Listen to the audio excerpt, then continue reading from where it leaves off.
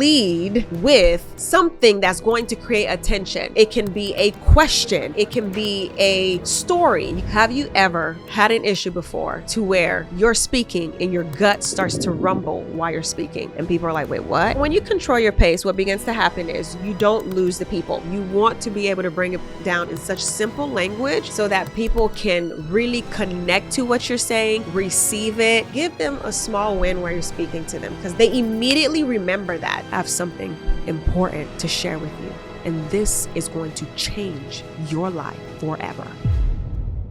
If you are here for the first time, welcome in. My name is Dee Giles, and I help faith-driven women just like you build their first 7 figures online. Alongside my husband, we have helped multiple content creators, multiple entrepreneurs build their content and their business online. So welcome into Tea with Dee, and let's get started. All right, so the first thing is when speakers speak, whether it's on stage, online, on a podcast, they enter with energy first. It really matters that you have high energy going into the room. Because why? Because the room mirrors you. You set the temperature, the emotional temperature of that room. The audience mirrors you. And then not only that, when your energy goes out, people are like, what is going on? What is this? They love this. Have you ever been to an amazing show, or you've been to an amazing business event where the speaker comes out and the room is excited? The room is on, like everyone's standing up. That's why they always say stand up for this person, because how you enter the room matters. The temperature of the room matters.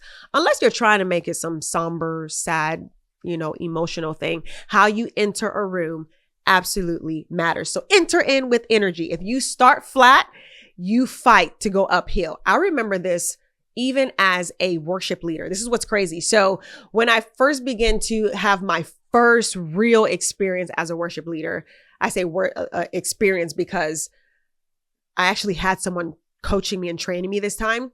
And I remember they said, hey, you got to start with like high energy in the room, because if you don't, it's a battle to go uphill from there. And I was like, why? Like, I just want to worship the Lord. And they were like, no, like you have to start with, hey, come gather everyone, like gather people together. And you have to start on a high note so that people can enter in and go with you. And I thought that was wild. But now when you look at it in speaking and preaching and all of this, the tone really matters. Number 2, you want to speak to one person at a time. What does that mean? There's a big crowd out in front of you, but you want to speak to one person at a time. Why? Because every single person in that room is going to feel like you are speaking to them. Intimacy is what scales. So I can have a large group of people in front of me. I've spoken in large groups of people, right? I'm not only in business, but also in ministry as well. And when we have to speak, I like to look at a person that I'm speaking to. And even though I've wrote my notes and everything, I'm like looking at that person, because I'm looking at person one-on-one, sharing my ideas, sharing what's going on, and connecting with them at a different level, right? This is you connecting. And sometimes it may just be like 2 or 3 people that you make eye contact with and connect with. It doesn't have to be everyone, but they feel like they are being spoken to. This is key, and it absolutely matters, right? You can think of one specific listener in mind. And when you start to speak to them, all of a sudden it feels like the whole room is like that one person. Hope this is making sense to someone. But it's just creating that thought in your mind where we are relating now. We're communicating in eyes locked eyes, right? And you're just talking to them. And I'm not saying being weird, but you're talking to them and now you're being relatable. So speak to one person at a time. It makes a large room feel very personal. That's what I want to get to right here. Number 3 is lead with something that's going to create attention. So it can be a question, right? It can be a story. You can say, have you ever, but it's still leading to a story, right? You want to create some type of tension. It could be a problem, a bold statement. Why? When you lead with this, people are focused. Their attention automatically turns toward you. I can start with something like this. Have you ever had an issue before to where you're speaking and your gut starts to rumble while you're speaking. And people are like, wait, what? And I can say different words that really captures the attention. But when you're saying this, they're like, okay, what is going to happen? Or you can make a bold statement. It could be a political statement. And you could be like, I am a Republican because so-and-so. And people are like, wait, what? But it's so bold and it's political. So people are going to pay attention and say, why did you make this statement?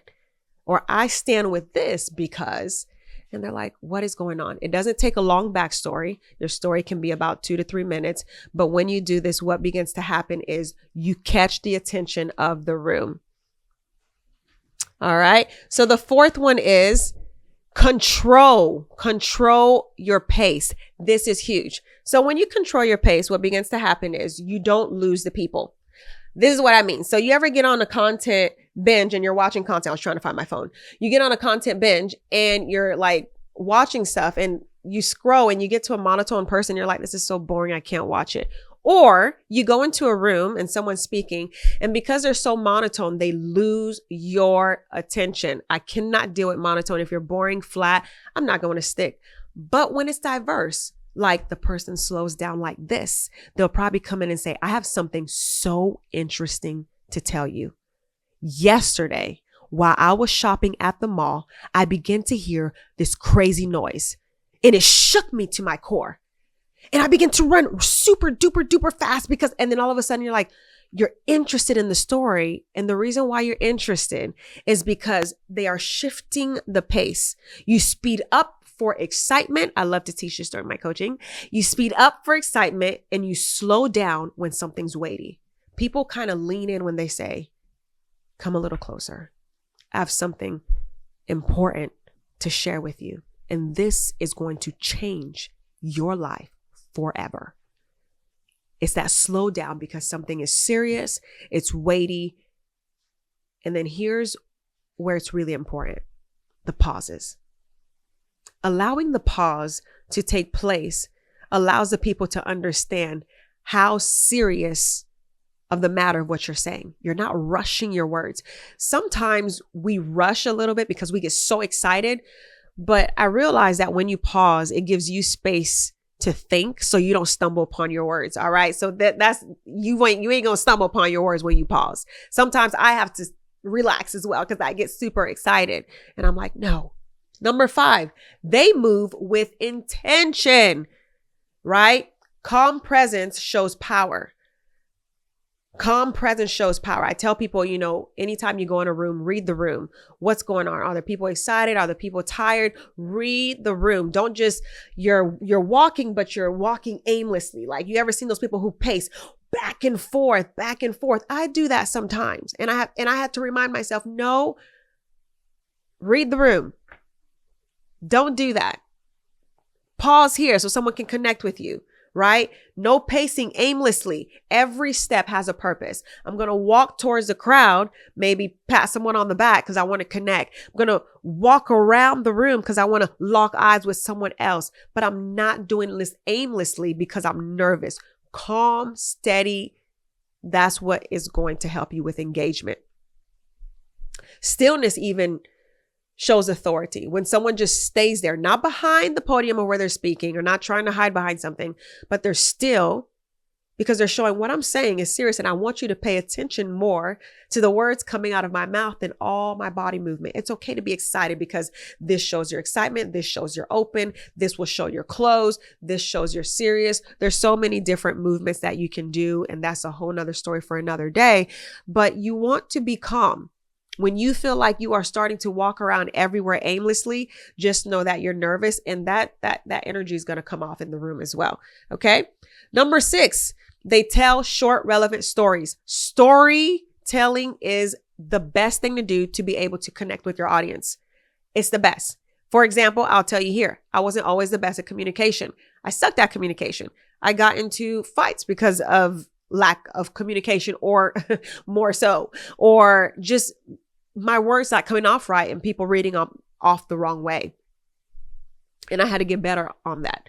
And it was because I remember this text. I got this text from a family member before, and it was so disturbing. And I remember saying, I sent a text to be able to help this family member and to be able to understand. I thought I took the utmost time. You ever feel like you take time, you thought about something very clearly before you hit that send button to somebody, and all of a sudden you send it and it's like, whoa, that didn't come off the way I thought it would, everybody. And then you're like, wait, why did I send it? Wait. And then when you go back and read, you're like, oh, I saw what I sent now. So those days I had to have someone else read what I have to send when it was like an altercation or some misunderstanding, because I thought I was thinking right and I wasn't. And so it's so important to take your time and be like, hey, what I'm sending right here actually did hurt someone's feelings. So you see how I'm telling you a story? I'm telling you a story on communication. Why? Because stories create emotional connection. You can think of a time of when you sent a text message to someone and it didn't come off the right way. It came off really wrong, right? So, but you want to keep it short as well. You don't need your stories to be so long to where people lose you. There are people who love to tell stories so much. As great as they are at telling stories, you lose the connection because it's so long-winded. Do us all a favor. Stop it. We lose you. Especially if you're trying to make a sell at the end, trying to connect with people, get people into your group, people get lost. They get lost in the sauce. All right. So tell stories that are relevant and always tie it to a point. I learned this: never share a story without a point, and never make a point without sharing a story, right? You can make a point and give your story behind it. It's the best. Okay. So we all have stories. It can be a borrowed story. It can be your own story, but we all have stories to share. And that's the way that we're going to connect with people. Number 7, they repeat the big idea. So whenever someone's going to speak, or the purpose of why there's a reel, or the purpose of a podcast, there's a big idea. The podcast can be about building wealth. The podcast can be about offers. The podcast could be about human behavior. The podcast could be about why God wants you to prosper, right? But they always bring it back to the big idea. They repeat the big idea. Same point, different angles. They will bring you back there. This is what I'm telling you, 9 different reasons as to how you can engage with your audience. And I'm bringing it right back to you. Same point, different angles. Repetition will create retention. You got to repeat something, sometimes at least 3 times, for people to really absorb what you're saying. Bring it back. This is how you engage with your audience. If you're a speaker, this is how you engage with an audience. If you're a speaker anyways, if you're an entrepreneur, if you're going out speaking. There's some entrepreneurs who can be behind their business completely, but I mean, you still have to show up and speak to your board members. You still got to speak to your team. So you got to be able to communicate effectively, right? And you got to be simple. Bring it back to the idea and make it really simple. Where people lose me, I don't know about you, but is when they're super, super smart and they begin to say all these huge words and long sentences. And I'm like gone, connect with me on a 3rd grade, 5th grade level, because like the moment you start engaging with me on like that college level, I'm up and out. Like it's boring to me now. I'm not catching what you're saying. You want to be able to bring it down in such simple language so that people can really connect to what you're saying, receive it. And if you have an offer or something out there, they can get into your offer, buy your offer, instead of saying, I didn't understand a word that person spoke. You may have sounded beautifully eloquent, but at the end of the day, no results because your words were too big. It's crazy, but you got to keep it almost stupid simple. It's crazy. Number 8.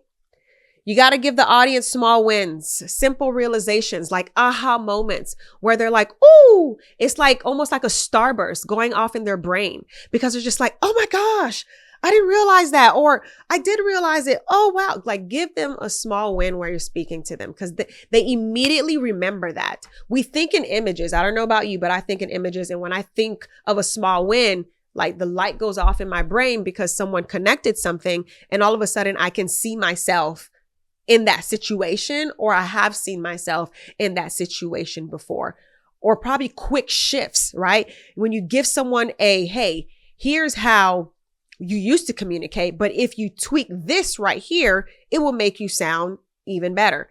And that little quick shift you give is so simple. People are like, oh, they go and they try it and they implement it immediately and they win. Like what I'm telling you right now, go give your audience a small win. Go do that right now. Like, put that in your speech. Give them a small win. Once you do that, you're going to be like, oh, this worked. Mark it off. I tried it. What Dee gave me, it worked. Okay. And number 9, They close with direction. Point them to somewhere. There's a whole point of why you are speaking, of why you are giving your talk, of why you are giving this presentation, of why there's a reel of this podcast. There is a whole point about it. So give them the next step and make it very clear whether you want them to buy a book, whether you want them to join your community, whether you want them to come see you after or something. Just give the people a clear next step, clear decision, and clear invitation. A lot of the times we're afraid to invite, and this is where we get lost in the sauce. I've been there before. Scared to invite people, scared to ask them to take the next action because sometimes we're afraid of rejection. But I was listening to a podcast the other day and I loved hearing this where he said, yeah, of course, you're going to get rejections when you go out there and you make the ask. But for every 9 rejections, you're also going to get 1 yes. So can you imagine if you're asking way more? That means even though the rejections go up, so does the yes. And I was like, I haven't heard it from that perspective before. I have heard, of course, you put it out there and you're going to get a lot of yeses as well. But it's important to know that there's a statistic because, statistics don't lie. And it's important to know that if you just keep doing it more, you would also get more yes as much as you get more no's. Okay. So great speakers, they don't just inspire, they move people. They move people in a clear direction. I'm going to share something with you guys going to change your life. If you are a speaker who constantly inspires and motivates, as beautiful as that is, if you don't give people clear direction, you are always going to be known as the speaker that just inspires and there's no offer to it. And then you won't know what you truly have until you make an offer. Because a lot of the times people who constantly need motivation and inspiration, they don't make a move. That's something that I've come to realize. They don't make a move. And yes, when you begin to give them educational content, your content may not go viral. Like, that's just it. Things may change. You may not get the numbers that you're looking for, but I have come to learn that it's okay because the people who stay to listen are the people who are paying attention and the people who want to take their life very seriously and go to the next level. We are not here to constantly just inspire people. I'm here to get people to take action. I love action takers because action takers are money makers. All right. So here's a bonus shift for you that I want you to think about. Okay. If you stop trying to impress people and you just try to serve them instead, this will change the game for you. I'm not here to just impress people. I'm here to serve them. How can I serve you? And when I say, how can I serve you? I know I'm not serving you if I'm just motivating you, rah, rah, rah. But I know if I'm serving you by giving you some great content, great transformation, and then leading you in a clear direction so that you can make a clear decision. That's the way you have to do it. So listen, engagement isn't about being entertaining. Engagement is about being intentional. So speakers, entrepreneurs, my faith-driven leaders, my speakers out there, listen, be intentional with what you're doing. Connect to the audience. It is going to make a world of a difference. Listen, if this helped you out, I want you to go ahead and share this video with somebody else. Let someone else hear this who is a speaker. And if this helped you, go ahead and leave a comment down below. I can't wait to hear back from you.